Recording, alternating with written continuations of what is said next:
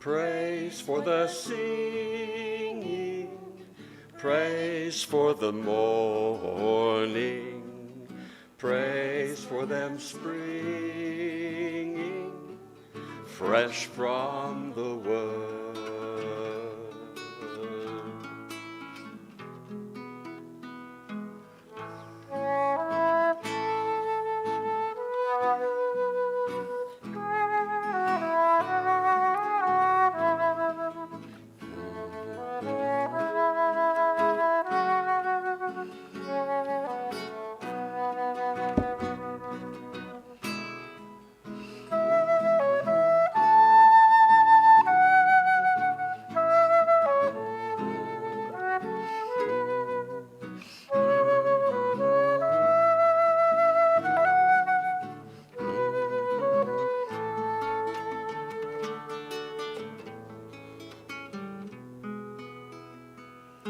Sweet the rain's new fall, sunlit from heaven,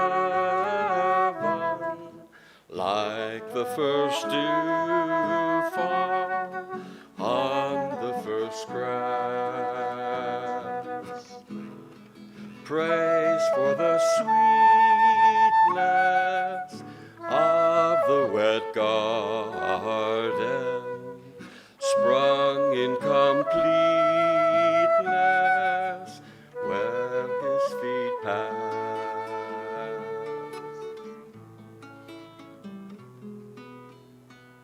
Mine is the sunlight, mine is the morning, born of the one light, Eden's a play. Praise with elation, praise every morning, God's recreation of the new day.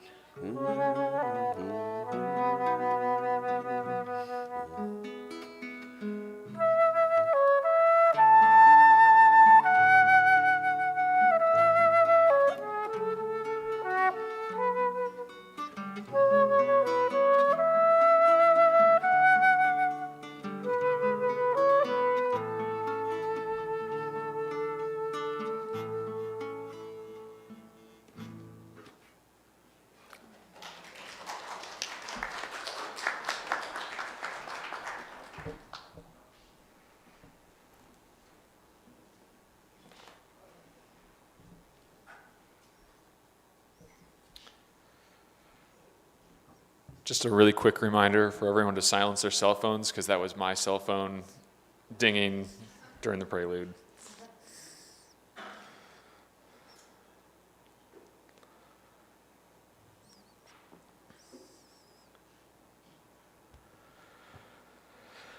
Good morning. My name is Brian Debink, and my pronouns are he, him, and his. Welcome to South Valley service today. Our worship team this morning is our worship leader and our minister, Reverend Laura Young, myself, Brian Debink, our worship associate, our Time for All Ages speaker and director of religious exploration, Rob Carlson. Our musicians today are John Allen, Rick Nobis, Tara Briggs, and Robert Peterson. And our hymn leader is John Allen. Our board greeter today will be Kathleen Luck, and of course, we are joined by all of you who really make service happen.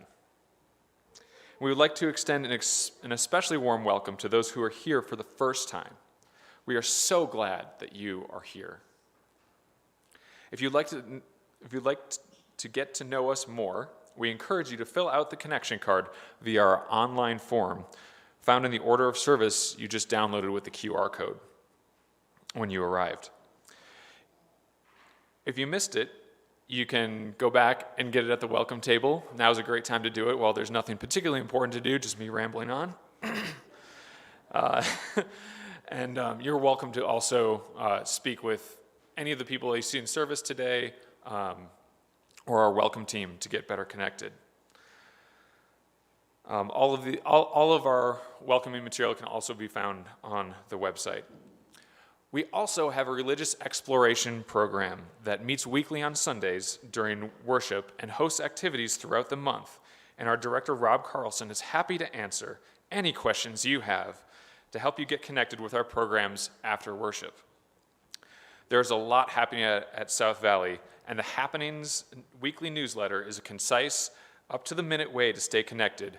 There's a link in the order of service that you downloaded, and also on the website you can get connected with that, where you can subscribe if you wish.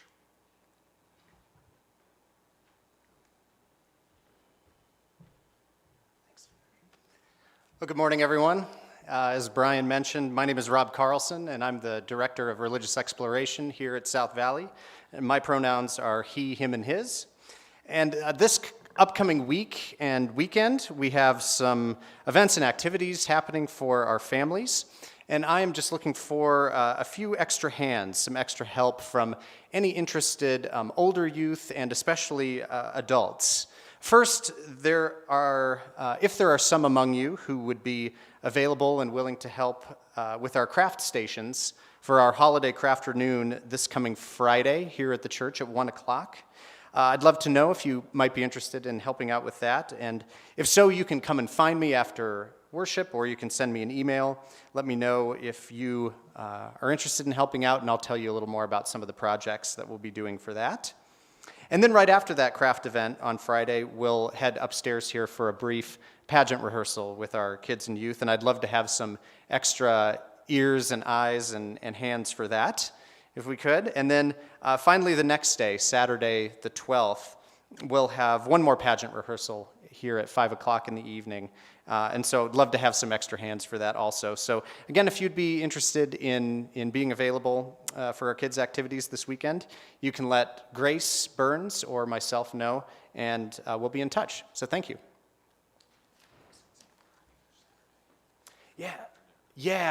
Friday is going to be that crafternoon. We'll have some card making and some other activities downstairs, and that'll be on Friday at 1 o'clock. Brief pageant rehearsal after that, and then the following day, Saturday, we'll do one more pageant rehearsal. It's a lot happening in a weekend, so three different things happening there. Yeah, does that sound good? It sounds different. Sounds different? Oh. Okay. Come find me if you're interested. I'll try to make it a little more concise. Thanks, Brian.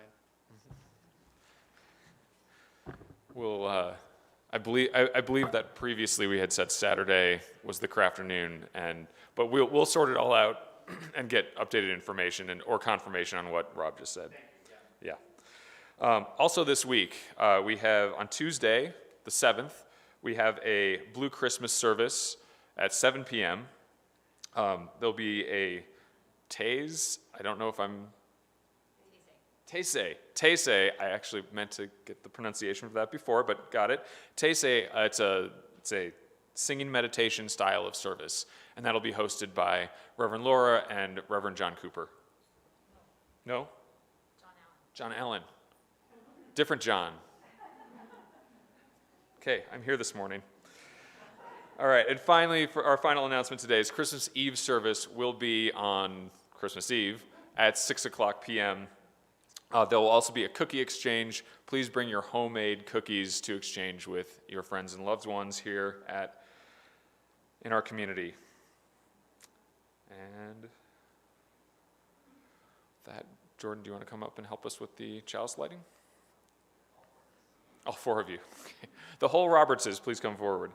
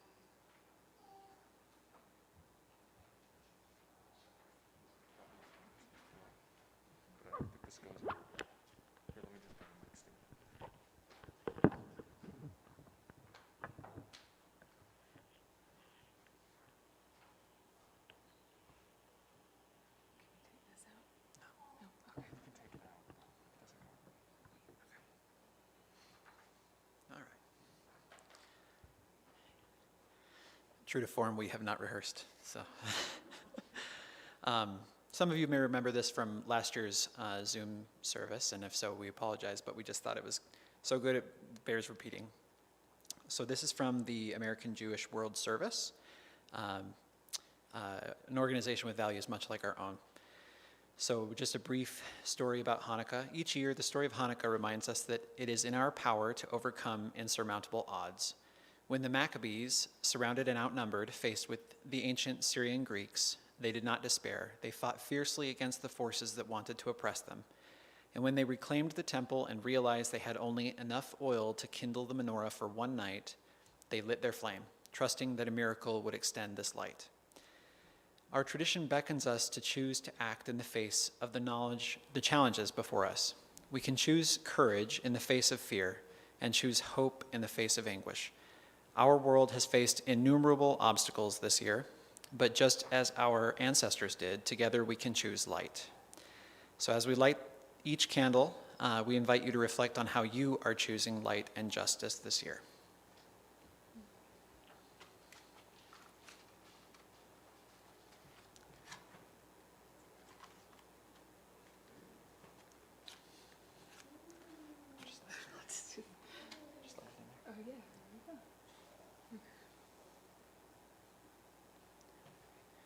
Read and I'll light them, okay? So step up to the microphone.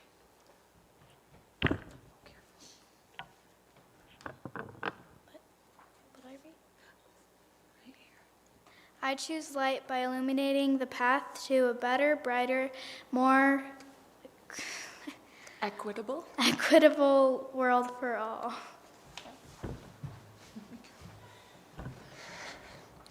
I choose joy by savoring each opportunity to celebrate, no matter how small. I choose dignity by working to uphold the inherent worth of every human being. I choose generosity by gifting my time, talents, and resources or treasure to help others.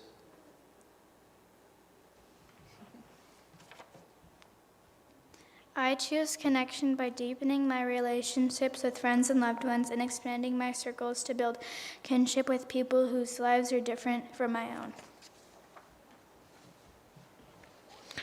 I choose community by deepening my relationships with friends and loved ones and expanding my circles. I choose community by joining together to realize our shared vision of Tikkun Olam, working to repair our world. I choose action by raising my voice to fight the injustices all around us. I choose justice by living my values and rededicating myself toward building a world where all people can realize their full human rights.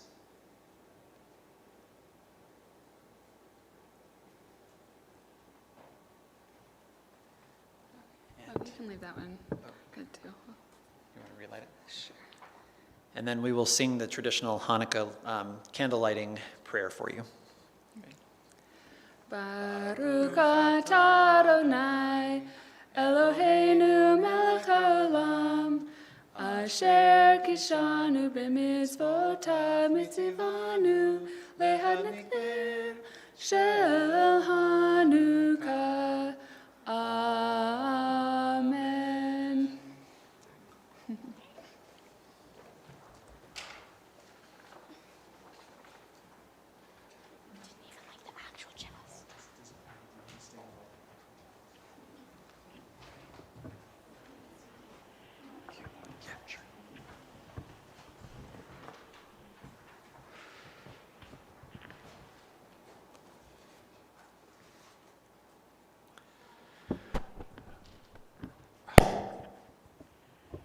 Sorry.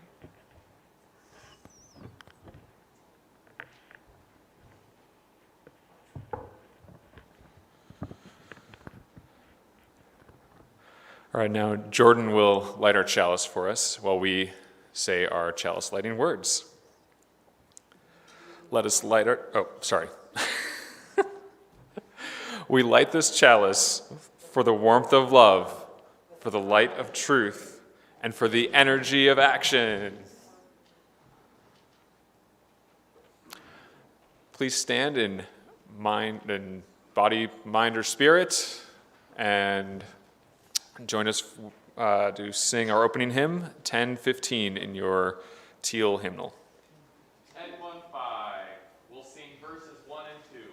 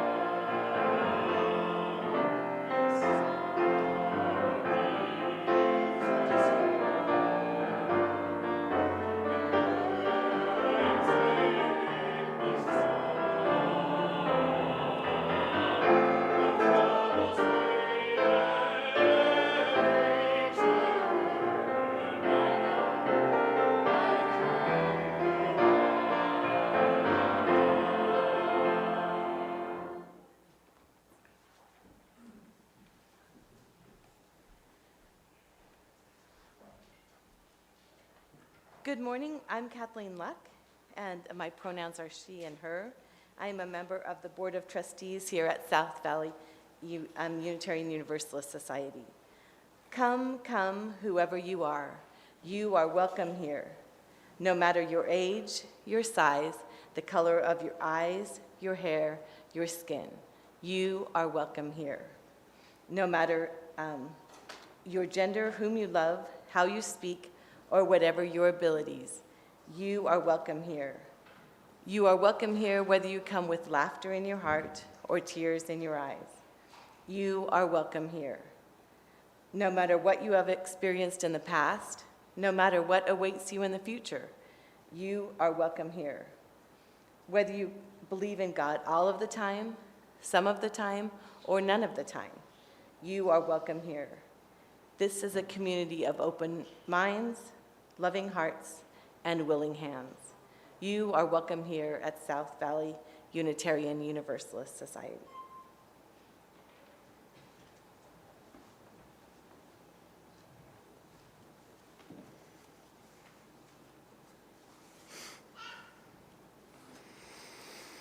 I am the Reverend Laura Young, and my pronouns are she, her, and hers. It is good to be together.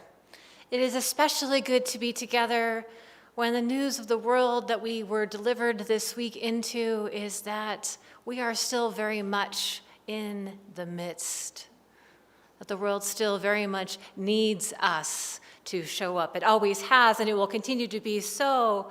And this week, I just want to name in our own hearts the sadness of the shooting in Michigan, where 4 young people lost their lives. That this is a terrible, unacceptable way for us to conduct ourselves in a society. And we send more than our thoughts and prayers. We send our solidarity and our commitment to help make this world a better and safer place for all youth, all youth. I also want to just acknowledge that as Unitarian Universalists, we are all very carefully watching what is happening in the highest court of our land. And however it is that you land on reproductive choice within your own personal life, we have a commitment as a faith tradition to hold in solidarity the bodily integrity of all human beings, and that their choice is theirs to make.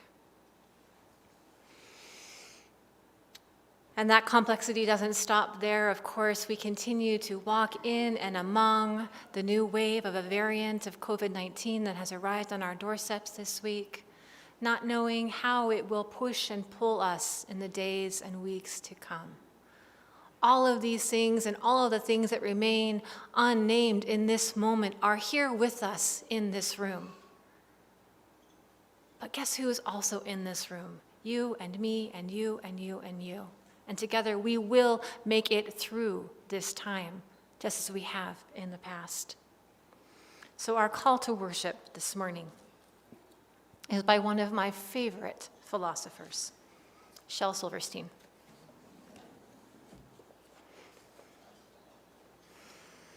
And he calls to us about the forgotten language.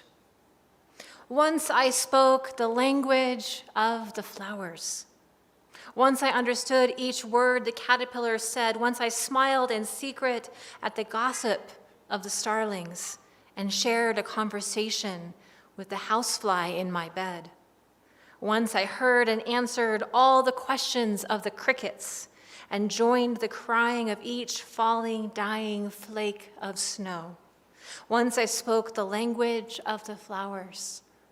How did it go? How did it go? And I would add, perhaps in our worship today, we might be able to hear the whisper of that language long ago forgotten. May we be committed thus so. Let us worship.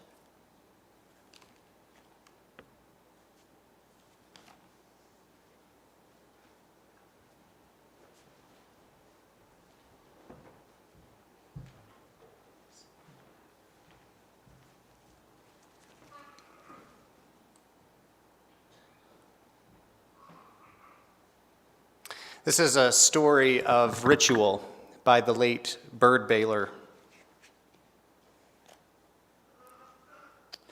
Everybody needs a rock.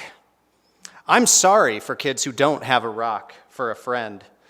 I'm sorry for kids who only have tricycles, bicycles, horses, elephants, goldfish, 3-room playhouses, fire engines, wind-up dragons, and things like that, if they don't have a rock for a friend.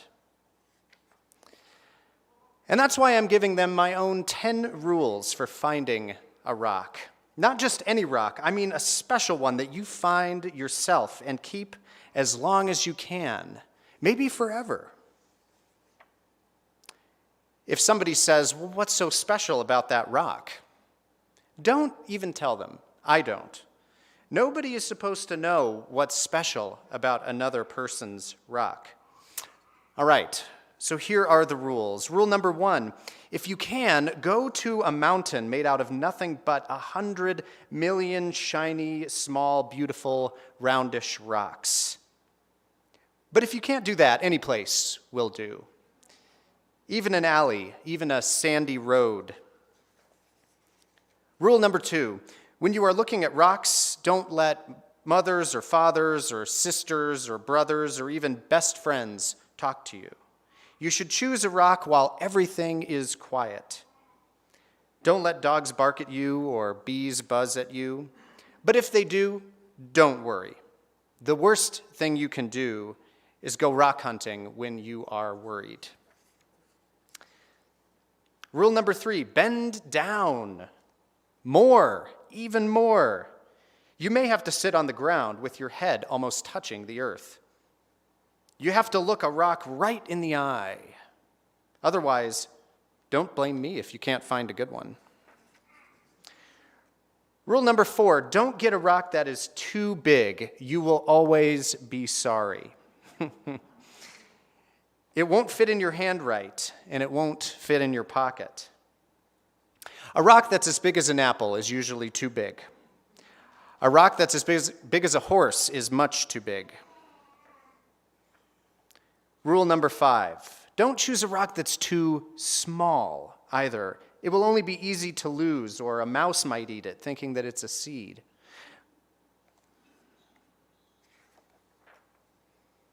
Rule number 6, the size must be perfect. It has to feel easy in your hand when you close your fingers over it. It has to feel jumpy in your pocket when you run.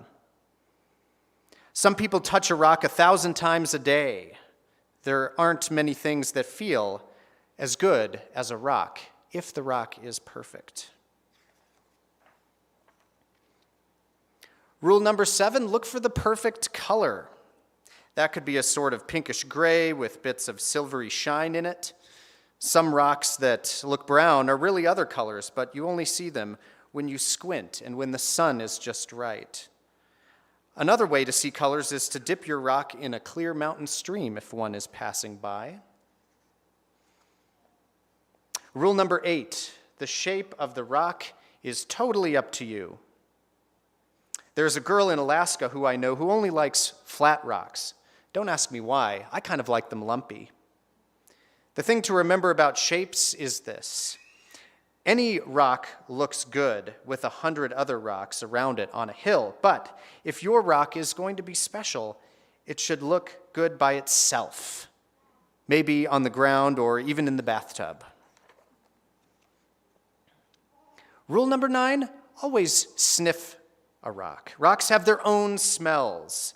Some kids can tell by sniffing whether a rock came from the middle of the earth or from an ocean or from a mountain where wind and sun touched it every day for 1,000,000 years. You'll find out that grown-ups can't tell these things. Too bad for them.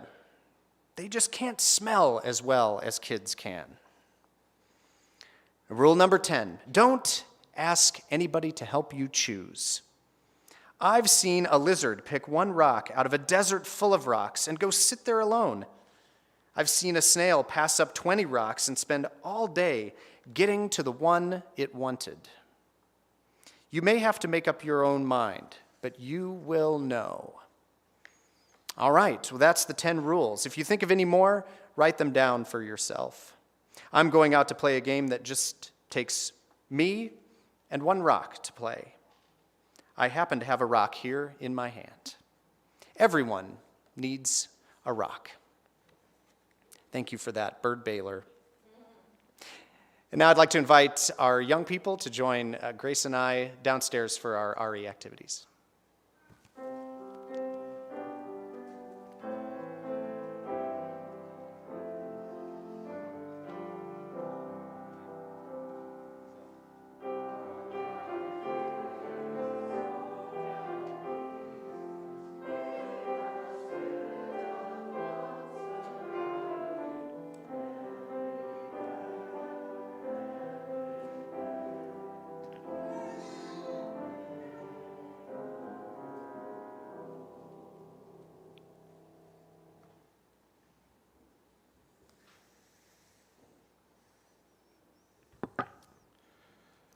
This community, our church, and its many ministries are made possible only by the gifts that you give of your time, your talent, and your treasure. Many of you pledge monthly to support our work, and we are grateful for this. Your gifts help to ensure that we are able to live our values in the rest of the world. We use Breeze to collect Sunday offerings online, and the link is in, as you guessed it, the order of service that you downloaded when you walked in. If you prefer a physical donation, there are baskets that will be passed in the sanctuary, and you are welcome to place cash as you wish in there.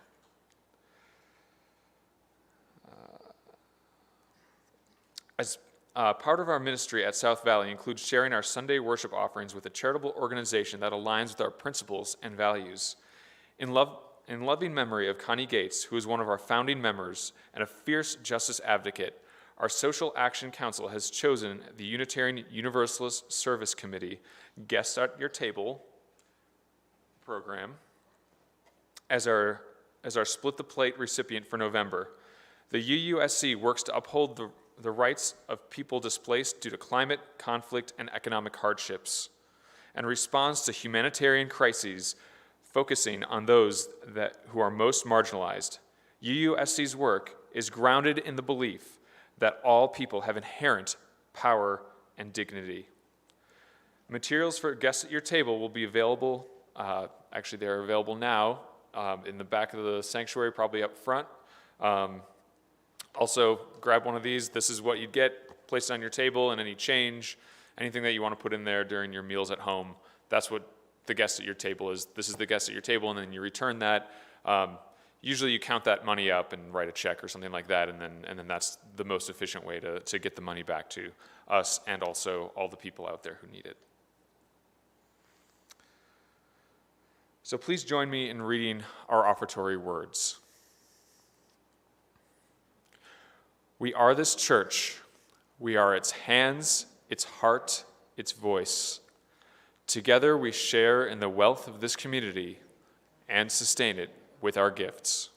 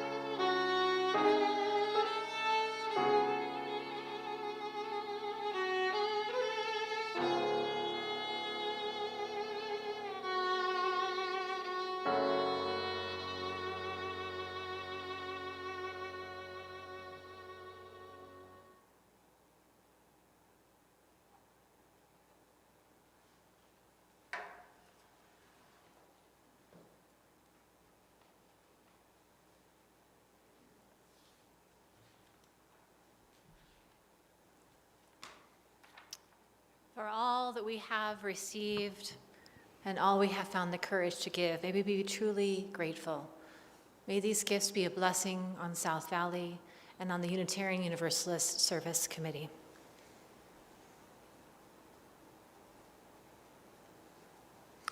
All gathered here today are invited to participate in a silent ritual of joys and sorrows.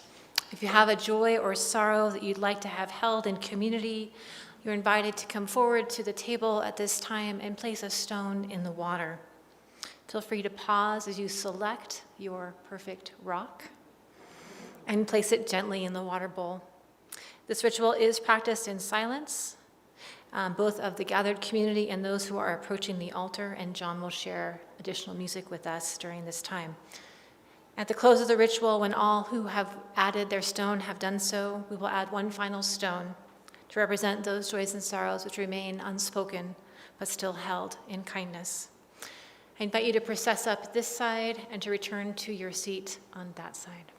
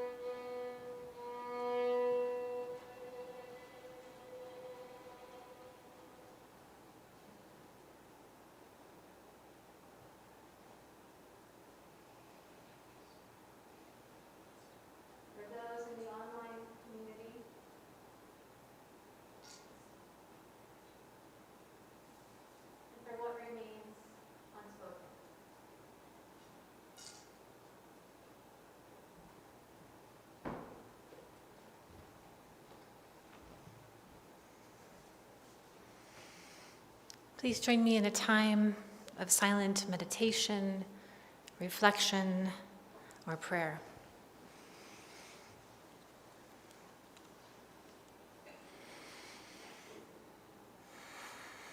Spirit of life, let's us breathe together.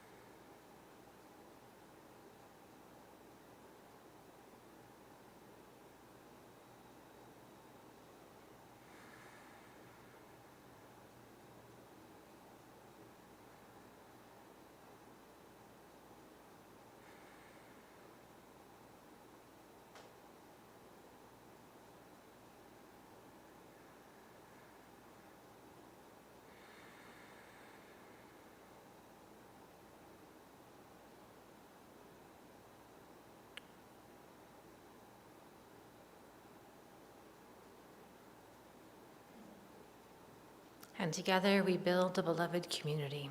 Amen.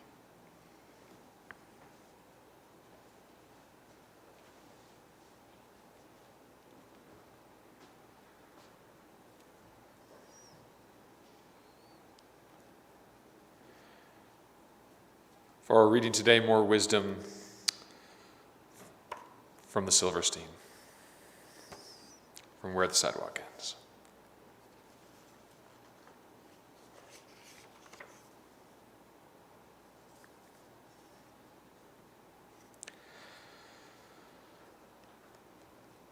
This is magic.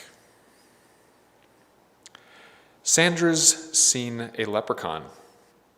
Eddie touched a troll. Lori danced with witches once. Charlie found some goblin's gold. Donald heard a mermaid sing. Susie spied an elf. But all the magic I have known, I've had to make myself.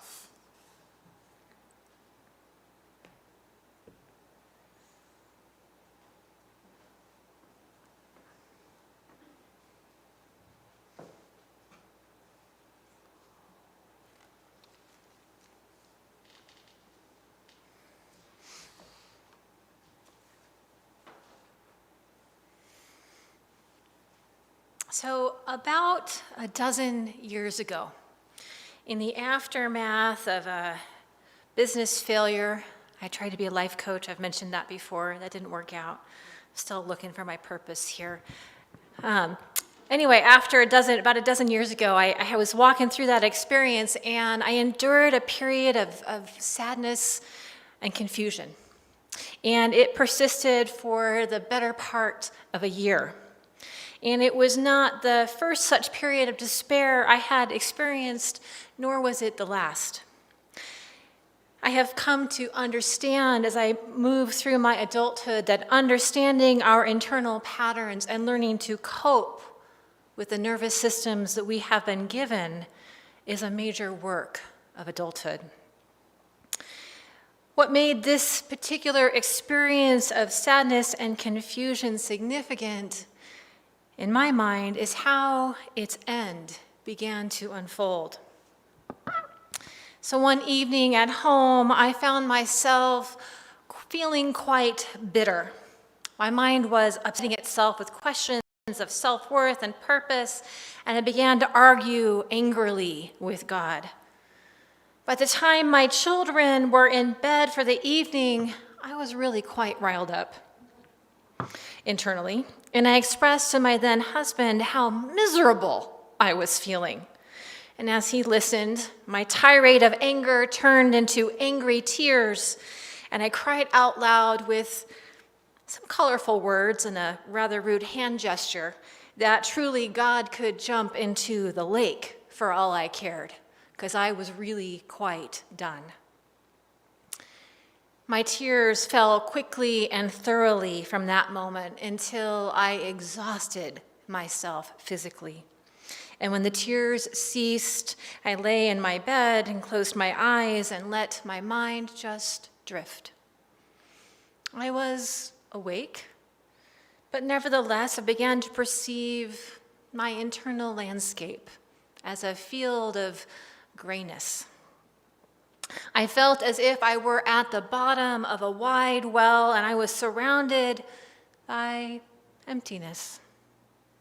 And I lingered in this space for some time, my thoughts few and far between, and slowly, very slowly, I began to perceive that there was a choice that I needed to make. I could go down further into the grayness, or I could choose to surface. And truly, neither direction held any negative judgment from the source of light that was ever present in that space. So I just sat in my mind in this open space, breathing.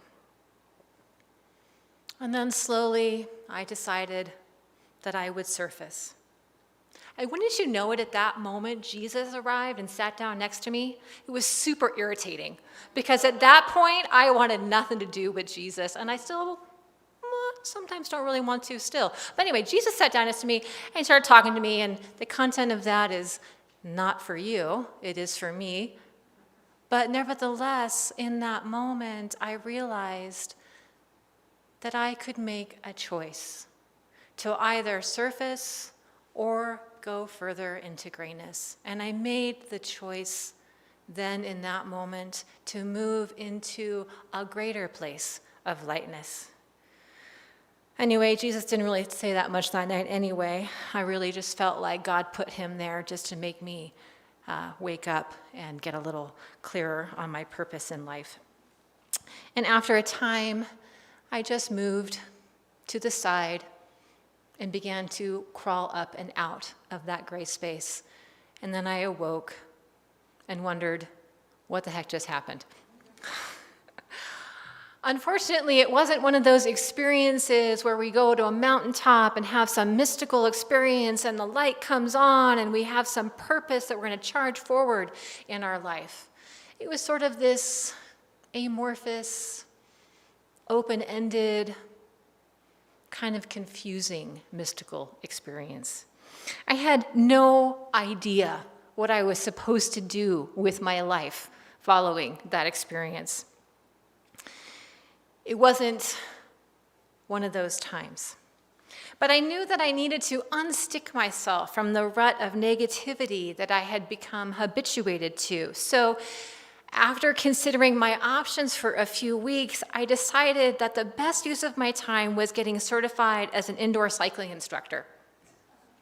I thought that perhaps the best way to get moving was to literally get moving.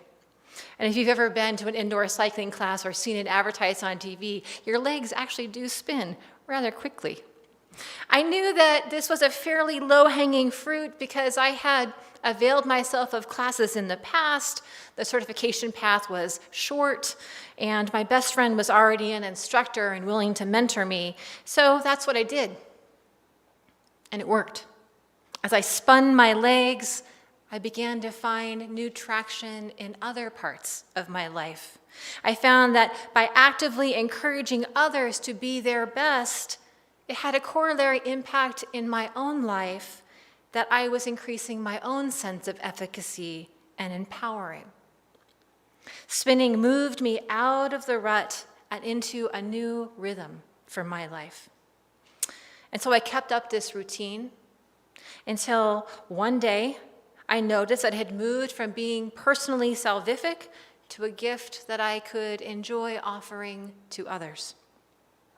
As I moved away from the self-absorption that my suffering had become towards a more life-affirming set of practices, I began to enjoy my life once again. And I began to be of service to others, which increased my joy exponentially. The practice of joy is just that. It's a practice. If we stop doing joy, we stop feeling joy. We no longer get the results.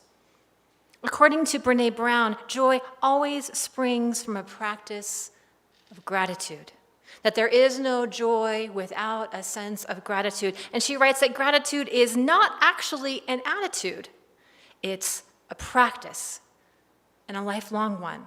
We must keep practicing so that when the going gets tough, we have access to a deeper well of resilience to see us through. Recently, a family psychiatrist I was working with said that when we are truly stuck, we do our coping skills not in order to feel better in the moment. We do our coping skills so that we can cope. And that we should not expect an emotional payoff from doing those things that help us to cope in the midst of a difficult time. Because in the moment, we're simply trying to figure out how to get through what is, not attain some sort of internal bliss. The idea is that spiritual practices are not about feeling better, but rather they serve the purpose of helping us to cope with circumstances and concerns that would otherwise overwhelm us and send us into despair. This was a radical shift in my understanding of what we're up to when we engage in those practices which bring us a sense of grounding and peace. Spiritual practices are part of all the wisdom traditions of the world, and in Jewish spirituality, they take quite seriously the practice of the communal life as an embodied way to be spiritually connected to each other. In Jewish spirituality, the human being is understood first and foremost as a creature that has natural responses to places, to people, to relationships, to the earth, to transcendence, and that the human is a creature gifted with life, breath, emotionality, and intellect by which to interpret these experiences. I think it's very easy in our modern context to forget our creatureliness. I just love the way that sounds, our creatureliness. The constant flux and flow of information and demands of work and family can often numb us to this basic sense of our creatureliness, that we are actually a very tiny being in a wide and vast universe that is so expansive that there is no way that we can fully grasp it. Teaching spin was something that put me back in touch with my creatureliness. But Jewish spirituality does not limit itself to the individual exploration of self as a means of development. It also calls upon human beings to participate in the religious life and in the community. The human being must participate in communal life in order to fulfill the obligations in return for the life that it is given. The human being in this tradition is made more whole, and wholeheartedly so, not in isolation, but in relationship to others and to the wider community that extends both into the past and into the future. Michael Fishbane, a scholar and professor of Jewish studies at the University of Chicago Divinity School, offered in a recent talk that, in fact, the call to participate in human community and religious community is actually more than an invitation. It's actually a commandment. Dr. Fishbane observes that in the closing verses of the book of Deuteronomy in the Torah, there are a series of warnings and curses and commandments. Love the Torah for its curses and its warnings and its commandments. These curses and warnings, commandments warn the people that if you fail to serve the communal life with joyfulness, you will be cursed and exiled. If you fail to serve the community with joy, you will be cursed and exiled. Community is not just a nice, fluffy, warm experience. It's an expectation with some serious consequences for lack of adherence. The community will find itself in exile if they fail to serve the community, serve the common good with joy. The God of the Torah takes no half-hearted approaches to human thriving. Rather, he will curse you and send you to exile if you try and cheat the system. And while that language may seem a little jarring to our modern ears and sensibilities, I think there is something worthwhile here to notice. As we get beyond that language, we can consider the spiritual principle at work here. If we are creatures made more whole by being in a beloved community, then beloved community is essential to our personhood. Therefore, any actions that we take or fail to take that disrupt or otherwise harm the community have the predictable result of separating us from our humanity and the humanity of others. And to become separated from our own and another person or another community's humanity is something we must guard against.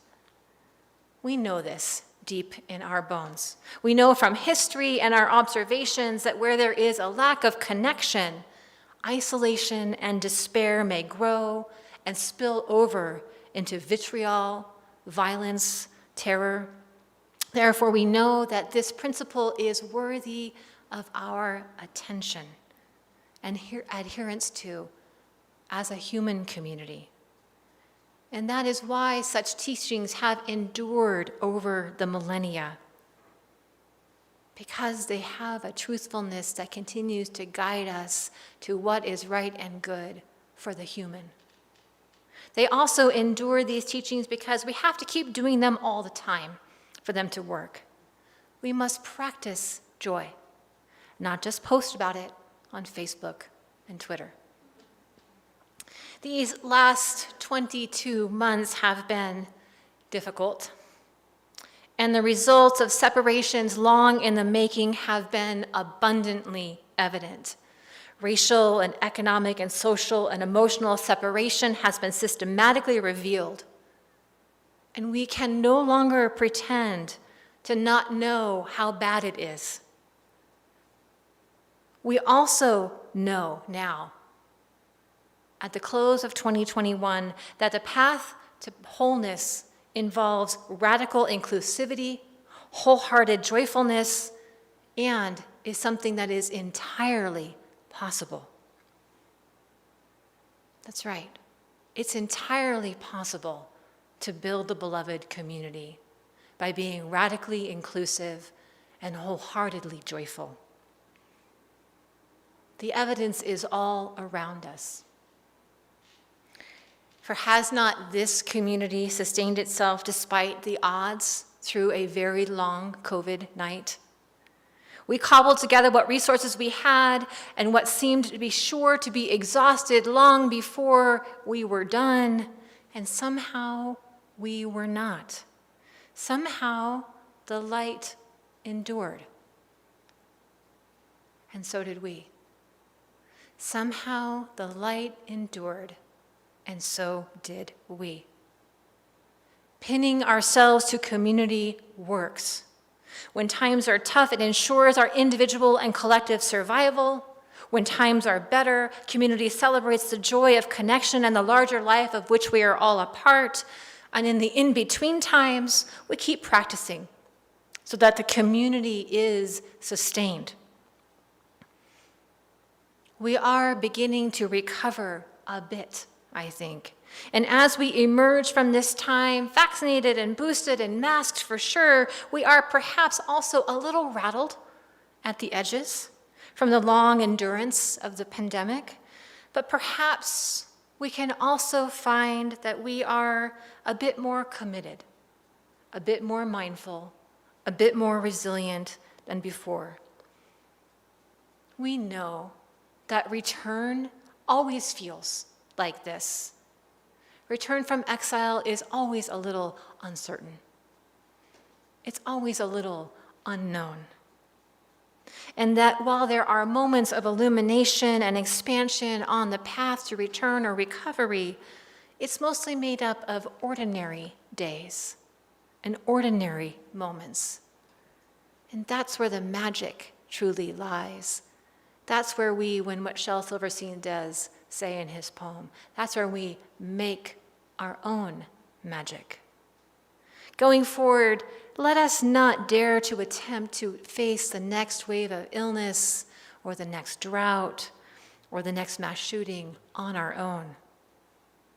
Let us instead open ourselves to the beloved community and to the wisdom that is inherently part of that process, so that perhaps what can emerge is a blessing that calls us to remember that truly we need one another. No joke about it. I believe that if we do this, we will overcome the challenges that are ahead. It's not going to be easy. The challenges ahead of healing racial pain and economic disparities and environmental degradation due to climate change are intense, immense, and complicated. And life is not about to get easier on the planet anytime soon. There is no return to the way things were, whatever we thought that meant. There is only going forward And the choice is ours. The choice is ours. And that is finding the place where religious community is revealed for its best. A container for practicing the skills of being more fully human and therefore living into the promise of our birth as a species. We surely are made to love and be loved. And I pray that daily we remember that the only way to get to that which we most deeply crave, a deep and abiding sense of belonging, is to walk one another home. May it be so, and amen. Let us sing.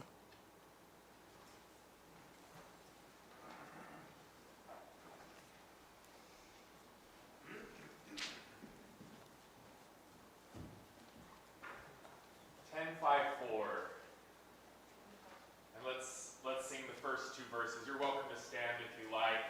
And we also have a little bit of a harmony section here at the end. If you're familiar or if you're comfortable reading music, feel free to take the second line.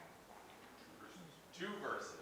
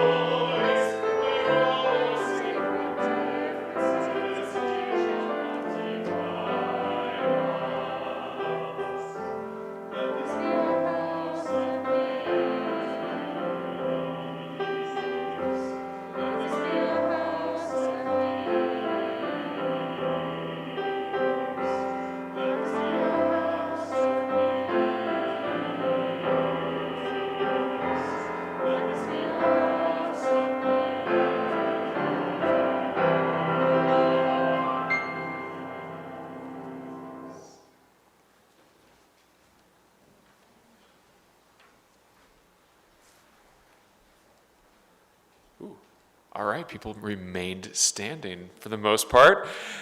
And you are welcome to do that. And if you have already sat down, you are welcome to, as you are willing to in body, mind, or spirit, join us in our actions as we extinguish our chalice. We extinguish this chalice, but not the warmth of community, the light of truth, nor the energy of action. We hold each other in our hearts until we meet again. Hear now the benediction. So one final thing from Brene Brown. She says we must stop rehearsing tragedy all the time because waiting for the other shoe to drop never prepares us for when it actually does. It just robs us of our daily joy.